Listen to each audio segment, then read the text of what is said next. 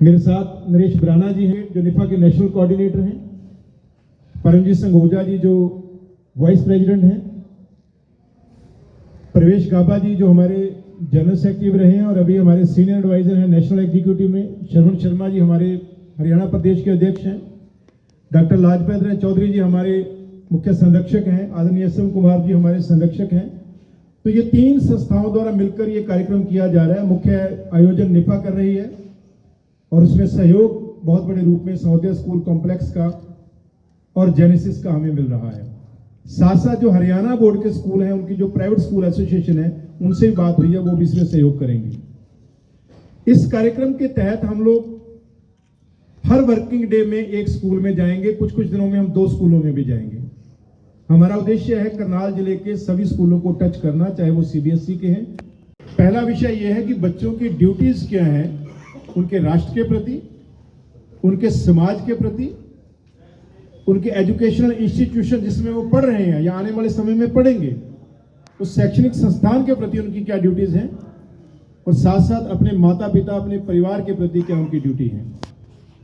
क्योंकि अक्सर देखने में आया है कि आज समाज जिस ओर जा रहा है, हमारे बच्चे ऐसा उनकी मनोस्थिति ऐसी होती जा रही है कि वो ड्यूटी से कहीं ना कहीं पीछे हट रहे हैं। जिम्मेदार नागरिक बनाना है तो उसके अंदर ड्यूटीज का एहसास कराना बहुत जरूरी है। आने वाली जो हमारी भावी पीढ़ी है, अगर उसको संभालना है, इस देश के भविष्य को संभालना है, जो बच्चे हैं उनको संभालना बहुत जरूरी है। और हमारा यह भी मानना है कि जो बच्चे हैं वो कच्ची मिट्टी की तरह होती हैं, और कच्ची मिट्टी जो है वो कुम्हार की मर्जी है। वो चाहे तो उससे सुराही बनाए, चाहे उससे कोई मूर्ति बनाए, या उसको वैसे ही थपेड़ कर एक साइड में फेंक दे, चिलम बना ले, कुछ भी बना ले, चिलम बन सकती है। और ये काम कौन करेगा? ये परिवार करेगा, शैक्षणिक संस्थान करेगा और समाज करेगा। क्योंकि बच्चा इन्हीं के बीच में, इन्हीं कुम्हारों के बीच में जो है उसका जीवन आगे बढ़ता है कि उसने बनना क्या है। तो एक तो हमारा विषय ये रहेगा कि बच्चों की ड्यूटीज क्या है towards their nation, towards their society, towards their educational institution and towards their family.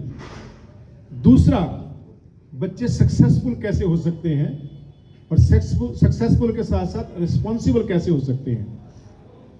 क्योंकि केवल सक्सेस जो है वो व्यक्ति को कभी भी जिंदगी में आगे बढ़ने नहीं बढ़ा सकती। मैं एक छोटा सा एग्जांपल दूंगा आपके सामने, 2 एग्जांपल मैं जरूर कोट करना चाहूंगा। ऐसे बहुत से एग्जांपल आए कि बच्चे सक्सेसफुल हो गए।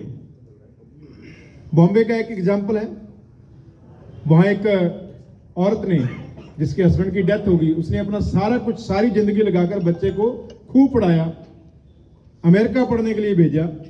वो बच्चा इतना बढ़िया पढ़ा कि पढ़ने के बाद वो एक बड़ी कंपनी में जीएम लग गया, करोड़ों रुपए की उसकी इनकम थी। लेकिन उस बूढ़ी औरत की लाश जो है वो पड़ोसियों को तब पता चली जब स्मेल आई और दरवाजा तोड़वाया गया पुलिस को बुलाकर, और अंदर जो है वो हड्डियों का ढांचा, मांस सारा कीड़े खा चुके थे। ये क्यों हुआ? क्योंकि वो बच्चा सक्सेसफुल तो हो गया, रिस्पॉन्सिबल नहीं हो पाया। जब तक बच्चा सक्सेस के साथ साथ रिस्पॉन्सिबिलिटी नहीं सीखेगा, वो जितना मर्जी किसी कंपनी का सीईओ बन जाए, कुछ भी बन जाए, के अंदर किस प्रकार की बातें आ रही हैं। अभी आपने आज की अखबारों में है, कल आप लोगों ने कवर भी किया, पड़ोस के डिस्ट्रिक्ट कैथल का एक बच्चा सिर्फ इस वजह से, बरसाना गांव का, कि उसको जो है डोंकी उसकी कामयाब नहीं हो पाई। वो विदेश में डोंकी सिस्टम से सेटल होना चाहता था, वो सेटल नहीं हो पाया और उसने नहर में कूद के जाकर आत्महत्या कर ली। 22 साल के बच्चे ने आत्महत्या कर ली सिर्फ इसलिए। कमी किसकी है? उस बच्चे की कमी नहीं है, कमी उसके चारों तरफ के एटमॉस्फेयर की है, जो उसे रिस्पॉन्सिबिलिटी नहीं बता पाए, जो उसे केवल एक ही पाठ पढ़ाते रहे कि तू अमेरिका पहुंच गया तो कामयाब हो जाएगा, अमेरिका पहुंच गया तो कामयाब हो जाएगा, अमेरिका पहुंच गया तो कामयाब हो जाएगा।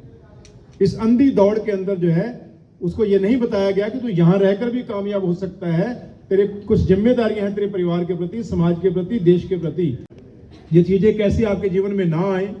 कामयाबी का मतलब सिर्फ बड़ी नौकरी या बहुत पैसा नहीं, कामयाबी के कुछ और मायने भी हैं। इन सब चीजों के ऊपर चर्चा हम स्कूलों में करेंगे।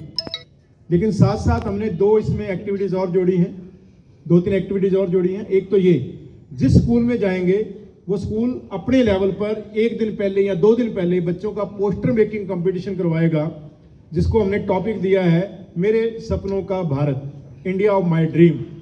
बच्चे क्या सोचते हैं, ये देश कैसा होना चाहिए, विजुलाइज क्या करते हैं, वो अपनी इमेजिनेशन, अपनी विजुलाइजेशन को पोस्टर के रूप में जो है वो उतारेंगे।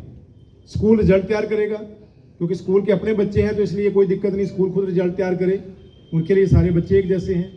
जो बच्चे उसमें फर्स्ट सेकंड थर्ड आएंगे, जिस दिन स्कूल में कार्यक्रम होगा, उनको निफा की तरफ से, जेनेसिस की तरफ से, सौदिया की तरफ से कंबाइंड रूप से सम्मानित किया जाएगा विद मोमेंटो एंड सर्टिफिकेट्स। और जिन्होंने पार्टिसिपेट किया उनको भी सर्टिफिकेट दिए जाएंगे। दूसरा, 12 दिसंबर जो है वो संसद पर हमले का दिन है, तो उस दिन राष्ट्रभक्ति के गीतों का एक समूह गान की प्रतियोगिता हमने रखी है, जिसमें सभी स्कूल पार्टिसिपेट करेंगे ताकि बच्चों के अंदर राष्ट्रीयता की भावना जो है वो जागृत हो, वो रखा गया है। इन सभी कार्यक्रमों का बीच में जो जो महत्वपूर्ण दिन है, विश्व एड्स दिवस है, उस दिन उसके ऊपर फोकस किया जाएगा। जो जो बीच में महत्वपूर्ण दिन आएंगे उन पर फोकस करते हुए ये 2 महीने का कार्यक्रम लगातार चलेगा। लगभग 1 से 1.5 लाख बच्चों को, करनाल के विद्यार्थियों को हम लोग डायरेक्टली टच करेंगे। जो आपके माध्यम से मैसेज जाएगा वो अलग है, वो तो लाखों तक जाएगा, लेकिन हम डायरेक्टली जो है, जो हम लोग असेंबली में जाकर जिन बच्चों को डायरेक्टली एड्रेस करेंगे, उनके सवाल लेंगे, उनके जवाब देंगे, तो डायरेक्टली लगभग हम 1 से 1.5 लाख बच्चों को इन 2 महीनों में करनाल में टच करने जा रहे हैं। जो बाकी पूरे देश में होगा वो अलग होगा। इसके साथ साथ 26 जनवरी को हम लोग 2 बड़े कार्यक्रम रखेंगे। एक तो ये जितने स्कूलों का ये पोस्टर मेकिंग का कंपटीशन हो रहा है, इसके जो विनर्स हैं इनका फिर आपस में कंपटीशन करवाया जाएगा, जो जिला स्तर पे होगा, और उसमें जो विजेता होंगे फिर हम शाम को एक देशभक्ति के गीतों का कार्यक्रम रखेंगे गणतंत्र दिवस पर। उसमें उनके जो विजेता हैं उनको सम्मानित भी किया जाएगा, बच्चों को बुलाया जाएगा, उनके पेरेंट्स को भी बुलाया जाएगा, ताकि पेरेंट्स के साथ भी हम बात कर सकें कि कुछ आपकी भी अपने बच्चों के प्रति ड्यूटियां हैं। केवल ड्यूटी उनको खाना खिलाने तक, अच्छे स्कूल में एडमिशन कराने तक, केवल यहाँ तक आपकी ड्यूटी नहीं है।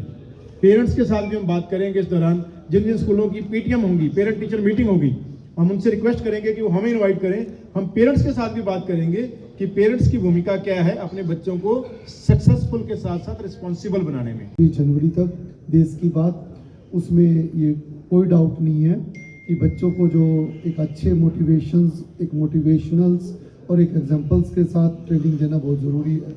उनके अंदर देश की भावना से पहले मैं तो यही कहूँगा, देश की भावना जब आएगी तब आएगी।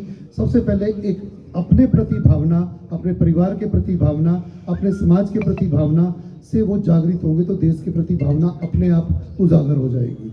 तो सबसे पहले मैं एक एनएसएस का भी वॉलंटियर रहा हूँ, उसमें कहा गया है मुझको नहीं तुमको, या तुमको नहीं मुझको। मैं अपने लिए भी बहुत कुछ शिक्षा ले लूँ तो मैं अपने आप समाज का भला कर दूंगा। और मुझे ये वातावरण लेने की बहुत ज़रूरत है, और ये वाकई में एक अच्छा इवेंट लेके चले हैं कि जिसमें इस स्कूल के बच्चों को एक अच्छा एनवायरनमेंट देंगे। और ये देश की बात टाइटल के अंतर्गत 26 नवंबर से लेके 26 जनवरी तक इस पर देंगे। और स्कूल की जो भी पेंटिंग कंपटीशन, और वो हमारी सौदा की भी भाट साहब भी बैठे हैं, और बाकी भी हमने बॉडी में और ग्रुप में डाल दिया है कि बच्चे इसमें बढ़ चढ़ कर भाग लें, मेरा मानना है।